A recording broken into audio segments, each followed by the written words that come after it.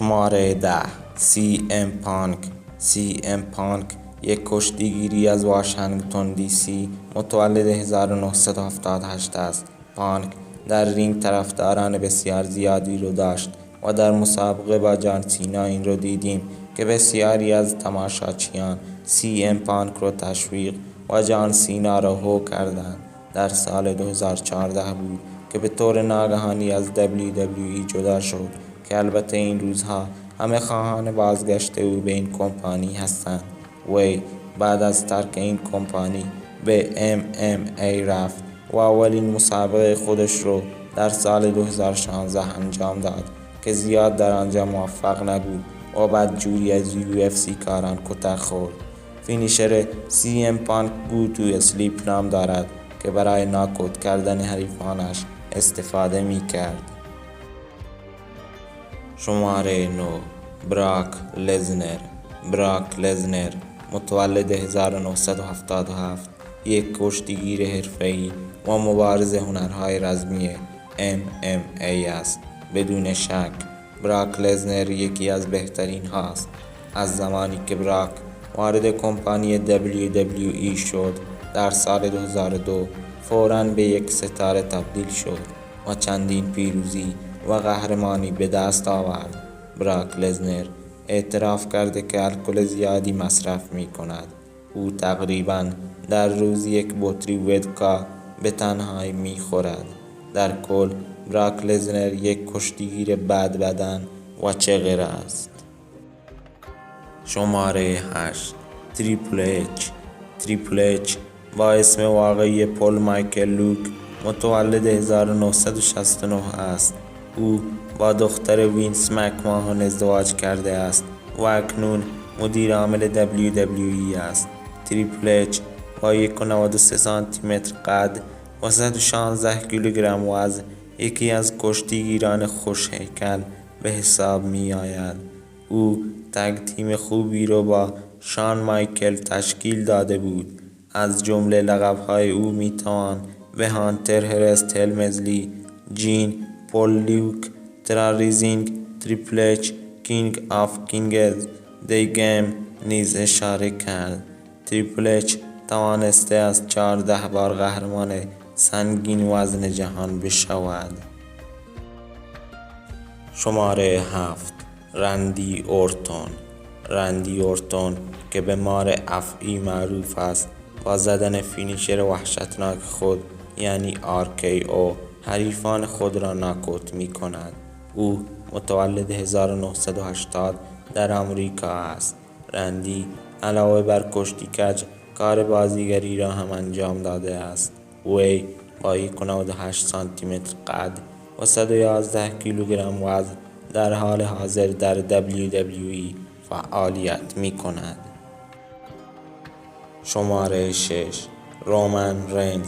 رومن رینز متولد 1985 یک کشتیگیر حرفه‌ای که داشت کم کم به بزرگان و اسطوره‌های کشتی کج خودش رو جای میداد که او در سال 2018 اعلام کرد که سرطان دارد و در حالی که کمربند قهرمانی داشت کمربند را کنار گذاشت و در کنار همگروهی‌های خود در حالی که اشک در چشمانش سرازیر شد رینگ را ترک کرد و قول داد که به زودی این بیماری را شکست می‌دهد و مجدد وارد رینگ می‌شود. اما طبق خبرهای جدیدی که به گوش می‌رسد ظاهراً رومن رینز این بیماری را شکست داده و این روزها حال روز بهتری دارد. از حرکات او می‌توان به اسپیر، سوپرمن پانچ، دراپ کیک و تریپل پاور بام شیلد نیز اشاره کرد. شماره 5. استیو آستین. استیو آستین تم ورود او به گونه‌ای بود که در حین ورود نوشابه‌هایی را دریافت می‌کرد و به هم می‌زد و در رینگ یک اثر با ایده‌های خاصی را ایجاد می‌کرد. استیو آستین به عنوان یکی از اسطوره‌های کشتی کج یاد می‌شود. او فعالیت خودش را در سال 1989 در کشتی کج آغاز کرد.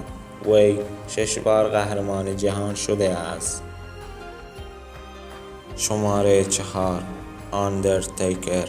آندرتیکر شخصیت عجیب و غریبی داشت. کلاً کاراکتر او ترسناک بود که همه کشتیگیرها از او می‌ترسیدند. اسم واقعی او مارک ویلیام نام دارد. او که در 21 سال حضور در رسلمنیا شکست نخورده بود و تا سال 2014 از این حیث رکورددار است که در نهایت او با شکست در رسلمنیا 30 در برابر براک لزنر این رکورد شکسته شد. از او میتوان به اسطوره تکرار نشدنی دنیای WWE یاد کرد. او در سال 1990 فعالیت خود را در WWE آغاز کرد. از جمله لقب‌های او میتوان به استاد انتقام، پادشاه تاریکی، استاد بازی‌های ذهن اشاره کرد.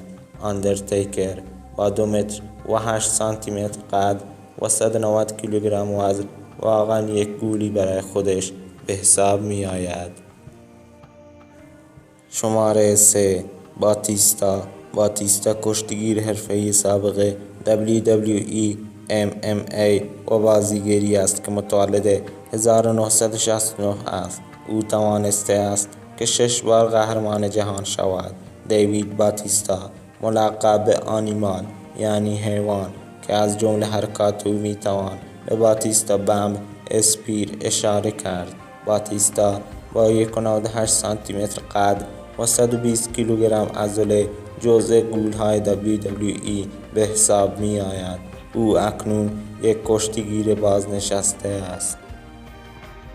شماره 2 راک دوان جانسون کشتیگیر حرفه‌ای ملقب به راک متولد 1972 در کالیفرنیا به دنیا آمد. این کشتیگیر اغلب در زمانهای خاص حضور پیدا می کند و در کشتی کج نیمه بازنشسته است. او بیشتر در سینما و در هالیوود حضوری فعال دارد و اخیراً او را در فیلم شاو اند هابز با حضور بازیگرانی همچون جیسون استاتهام و رومن رینز دیده ایم. او توانسته است 10 بار قهرمان جهان شود. فینیشر او راک باروم نام دارد. او علاوه بر این که کشتیگیر فوق حرفه‌ای است، سخنگوی خیلی خوبیه و در اغلب سخنرانی‌ها حریف را ناکوت می کند. راک 1.96 سانتی متر قد و 118 کیلوگرم وزن دارد. شماره 1 جان سینا در کشتی کج همیشه به عنوان چهره فیس و مردمی شناخته می شود که مردم و تماشاچیان او را خیلی دوست دارند. جان سینا متولد 1977 یک کشتیگیر و بازیگر حرفه‌ای اهل آمریکا است. او از سال 2002 وارد کشتی کج شد و به عنوان چهره فیس کشتی کج شناخته می شود. از لقب‌های او می توان به خان سینا، د پروتوتایپ، مستر پی و قهرمان اشاره کرد. جان سینا 1.85 سانتی متر قد و 114 کیلوگرم وزن دارد. او 16 بار قهرمان WWE شده است که اکنون به صورت نیمه وقت در کشتی کج کار می کند.